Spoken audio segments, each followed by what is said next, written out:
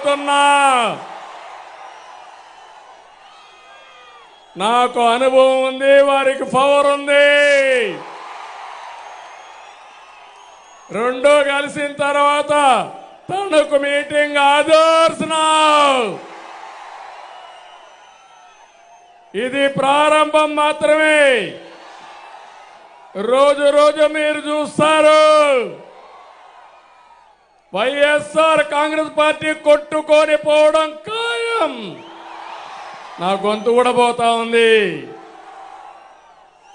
మన రాష్ట్రంలో అగ్నికి వాయువు తోడైంది. ప్రజాగళానికి ప్రజాగ్రహానికి వారాహి తోడైంది. ప్రజల నుంచి పుట్టిన ఈ అగ్ని చెడును దహించి వేస్తుంది. అహంకారాన్ని బూడిద చేస్తుందని చెప్పి నేను మీకు తెలియజేస్తున్నా. నేటి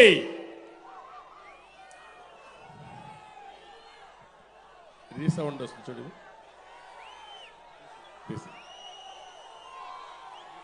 నేటి తణుకు సభ సాక్షిగా చెప్తున్నా, సైకిల్ స్పీడ్కు ఇంకా తిరుగులేదు. గ్లాస్ జోరుకి ఎదురు లేదు. కమల వికాసానికి అడ్డే లేదు. రాష్ట్రానికి అన్ని మంచి రోజులే. మా తమ్ముళ్ళు చెప్తున్న యువతకి, తమ్ముళ్ళు భవిష్యత్తు మీదే. రాష్ట్రాన్ని కాపాడుకోవడానికి 3 పార్టీలు చేతులు కలిపాం. 3 జెండాలు వేరు, ఆ జెండా ఒకటి.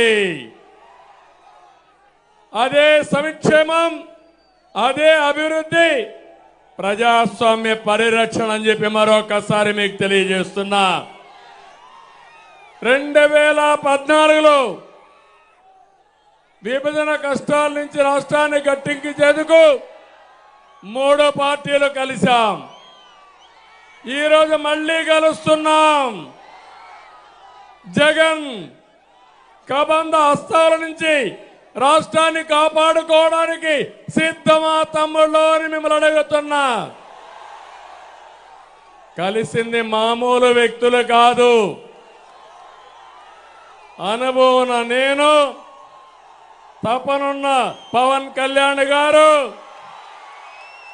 దేశాన్ని ప్రపంచ పటంలో పెట్టాలని, నెంబర్ 1 దేశంగా తయారు చేయాలని పనిచేసే నరేంద్ర మోడీ గారు కలిశాం.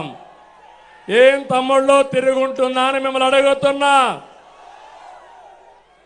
ఇంకో పక్క పవన్ కళ్యాణ్ గారు ఒక సినిమా హీరోనే కాదు, కోట్ల రూపాయల ఆదాయాన్ని వదులుకొని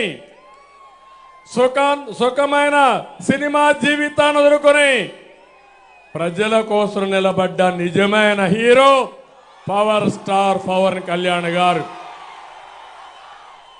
అక్రమాలను ప్రశ్నించడం కోసం పవన్ నిలబడ్డాడు. ప్రజల తరపున గళం వినిపించడం కోసం, ప్రశ్నించడం కోసం నిలబడిన పవన్ కళ్యాణ్ గారిని అభినందించమని మిమ్మల్ని అందరినీ కోరుతున్నా. ఈ క్రమంలో పవన్ కళ్యాణ్ గారి పైన వైసీపీ దారుణంగా వ్యక్తిగత దాడి చేశారు. అయినా అనేక అవమానాల్ని, దాడుల్ని తట్టుకొని నిలబడినటువంటి పోరాట యోధుడు పవన్ కళ్యాణ్ గారని చెప్పి నేను మీకు తెలియజేస్తున్నా. నేను ఇబ్బందుల్లో ఉన్నప్పుడు బేషరతుగా వచ్చి నా కోసం పనిచేసిన వ్యక్తి పవన్ కళ్యాణ్ గారు. నా జీవితంలో నేను కానీ మా తెలుగుదేశం పార్టీ కానీ మరిచిపోలేమని చెప్పి కూడా నేను మీకు తెలియజేస్తున్నా. చీకటి పాలన అంతం చేసి క్రమంలో ఓటు